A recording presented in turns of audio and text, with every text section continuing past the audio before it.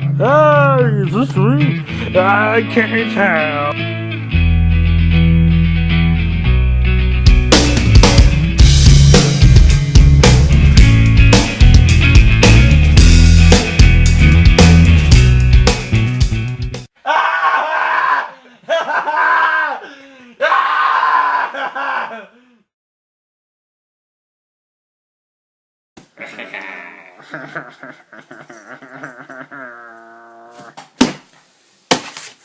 Iced Earth, the glorious burden.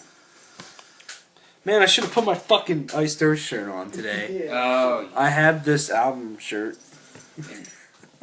Whatever you want to call it.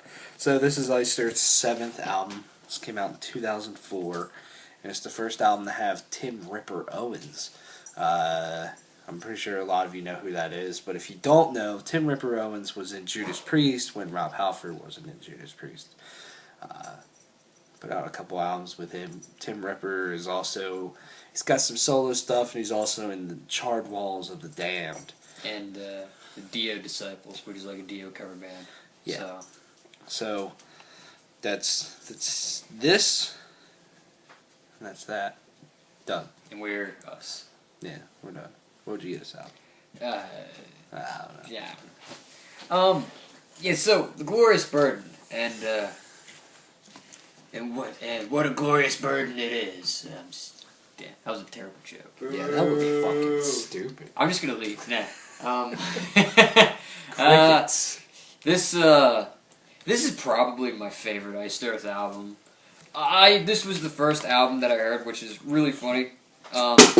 I first heard this album, and I think Tyler can attest. This is probably also the first time he heard this album or at least part of this album in an 8th grade history class, learning about the Civil War. Yep, with Mr. Long. Mr. Long. I think he also... He cried like a pussy. He erroneously said this was by Judas Priest. Yep. And then, he played, I believe it was the, Devil to Pay. Mm-hmm. He might have played all of them, but I know he at least specifically played the Devil to Pay. And at first I was like, oh, this is pretty cool. And then, I don't know, I kind of didn't pay any mind. And then I came over here to hang out with Tyler and Brandon one time, our buddy. You might have seen him pop up every once in a while. And I come downstairs, and I remember this because it's one of the funniest moments I ever had. Tyler's looking at his computer, he spins around, and it's the chorus for High Water Mark, and he's just like singing along at me, and it's awesome. And so that was my true. I don't know, that was just one of the funniest things, and it just kind of stuck with me. So that's like my first impression of this album. This album is really, really good.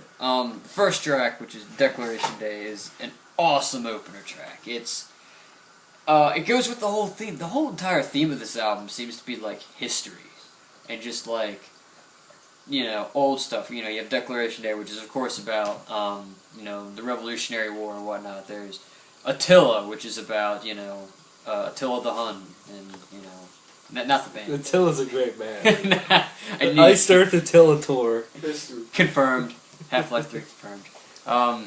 There's the Gettysburg stuff. There's Red Baron, which is talking about, the Bloody Baron from World War I. Like, there's just all kinds of historical references all over this album. And there's a lot of really good songs. Like I was going on, Declaration Day is an awesome song. That chorus is just completely awesome. This album also probably has one of my favorite ballads ever, which is When the Eagle Cries, which is just epic, especially when you get to the end when there's 3 vocal parts all going at the same time. You made a music video. I did make a music video to that. It was very crappy, but I did. That was funny. Other songs stick out. The Reckoning is an awesome song just because it's just kind of a rager, especially the one really, really fast riff, the like, that riff's just awesome. Attila's a cool song, not a cool band though. A new song that's been kind of creeping up that's really good is Hollow Man. Hollow Man's a really good ballad, and then, wow. Also, the other song that sticks out mostly with me then, besides the the Gettysburg Trio, which I'll talk about separately, is Red Baron, Blue Max, because that song's also really cool. I mean, we heard them play it live before. Apparently, the listing on the back of this album's not correct, and there's actually a song missing, at least on our stuff. I don't know, we couldn't find it, called Green Face, and that song's pretty awesome. The main riff, the opening riff is slams, and then, I mean, I don't know what else to say about it. It was just a really cool song. Like, all in all, this album just is on par. Like, the only songs that I don't think are all that good are, like, Waterloo's is an okay song, and Valley Forge is an okay song. But then, like, everything else is amazing. And the Gettysburg songs, The Devil to Pay, Hold at All Costs, and High Watermark are just awesome. The fact that they're all written with the orchestra, and I don't know, I think those 3 songs are Iced Earth's probably 3 best written songs. It's a half an hour of nothing but face-melting epic power metal about the Civil War. And it's just awesome. Again, John Schaefer he wrote just about he did write everything on this album, and this is where when I was talking about their first album, he didn't really show off his songwriting capabilities. He's definitely doing it here, and Tim Owens. I mean, again, if he can replace Rob Halford, he can do anything. So, and I feel like he was just a really good replacement for Matt Barlow. And it's weird because he was still in Priest, I think, when this album came out. Like, Iced Earth was a side project. And then he left Priest because Rob Halford came back, and so then he committed all his time to Iced Earth. So, that's just cool. And, like, everything else, musically, this is my favorite Iced Earth album. And in my opinion, probably the most solid Iced Earth album that they've put out. So, yeah, stuff. Yeah, this is my favorite Iced Earth album. This album, I feel, is pretty much damn near flawless. And one thing that cracks me up about this track listing is that, and it has Schaefer. It has, credits to who wrote it. I don't even know why they put it on there. I mean, of course, John Schaefer's going to write pretty much everything. I think there's 2 songs on here that doesn't have his name. Well, they have more. Well, Tillo has Barlow on it. And Red Baron has Tim Owens. And then Francis Scott Key, Star Spangled Banner, of course. So I just find that funny. The highlight of this album, of course, is the Gettysburg thing. And I personally believe that whole piece of wonderful music is some of the best metal to ever be written, period. The way that all flows together, just how amazing it is. I mean, I specifically remember the first time I heard the ending of High Water Mark, where Tim Ripper Owens is just like hitting those extremely high notes and saying it's all my fault, and it gives me chills every time. It is so awesome, and I just love that. Or just some of the rhythms are just absolutely incredible. I mean, the one will just get stuck in your head all day. The dun dun dun dun dun dun dun. It's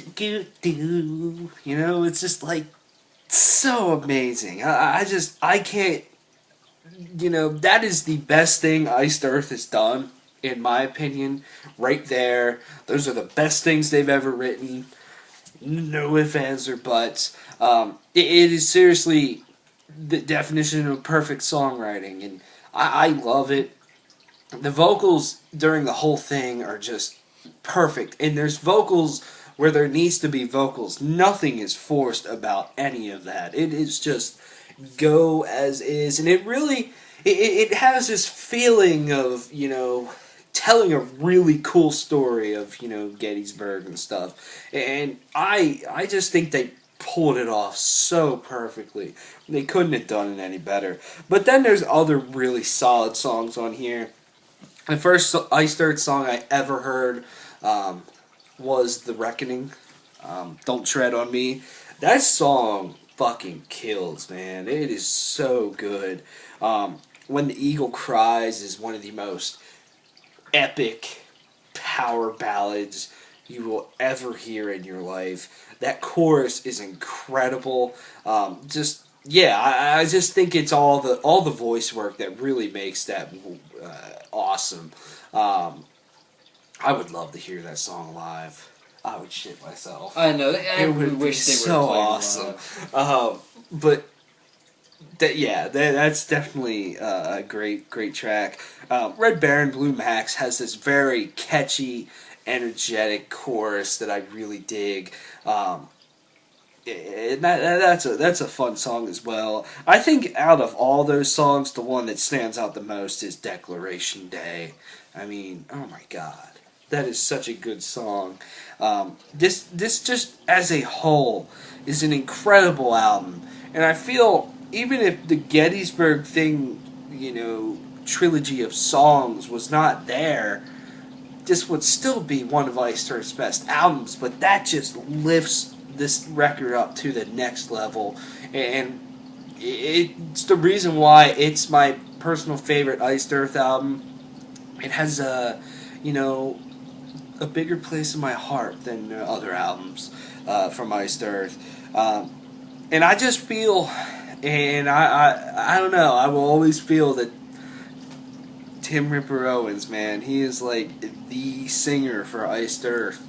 I wish he did more records with him. I know I love Matt Barlow, I love Stu Block, but Tim Owens is the fucking man, and he just sounds fantastic on here. I love just his regular voice that he kind of uses, but it's when he gets these high pitched shriek type sounds. It's just like, I don't know how you do that.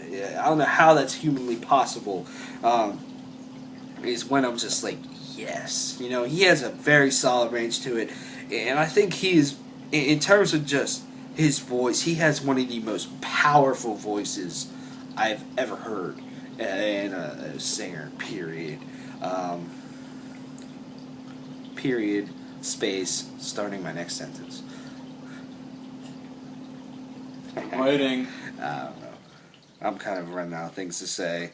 Just listen to the Gettysburg thing. That's all you have to listen to. Actually, don't do that because there's a lot of other good songs. But listen to that first. Just listen to the whole. Yeah, just do that. That's the best way to do it. This is an incredible album, and I kind of want to go listen to it right now. I know. I really want to listen to the Eagle Cries right now. Yeah. Any last thoughts? Yeah, not really. We kind of hate them all, so. I think so too. What would you give this album?